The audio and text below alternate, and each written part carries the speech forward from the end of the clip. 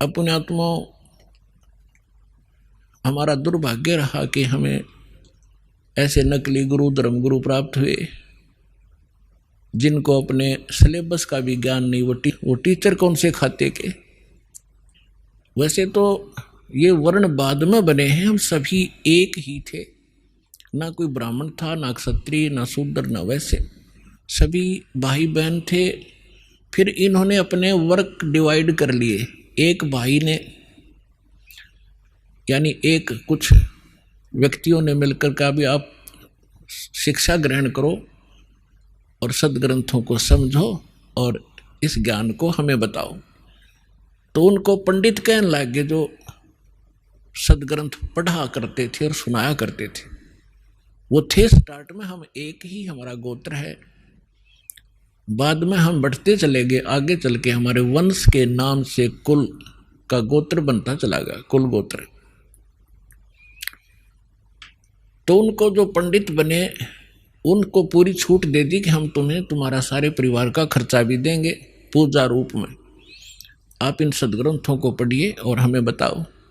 ऐसा ही प्रारंभ हुआ।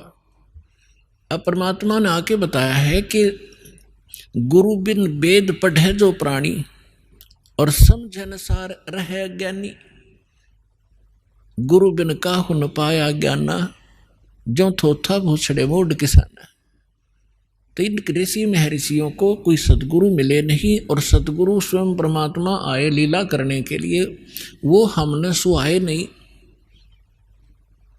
जैसे क्या होता है, जैसे किसी ने थोड़ा सा बोलन की शैली ठीक कर ली और 10-20 श्लोक गोट लिए, वेद या गीता या कोई वाणी पढ़ ली किसी संत की, तो आम स्थान पर खड़ा होकर वो 100-200 व्यक्तियों को प्रभावित कर सकता है अपने प्रवचन के बोलने की शैली से, लेकिन उसके पास कख नहीं है।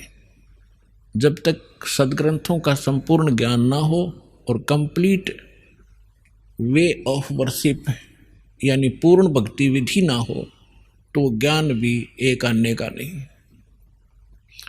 परमात्मा कहते हैं गोरख से ज्ञानी गणे सुख दे जति जहान, और सीता सी बहु भारिया संत दूर स्थान।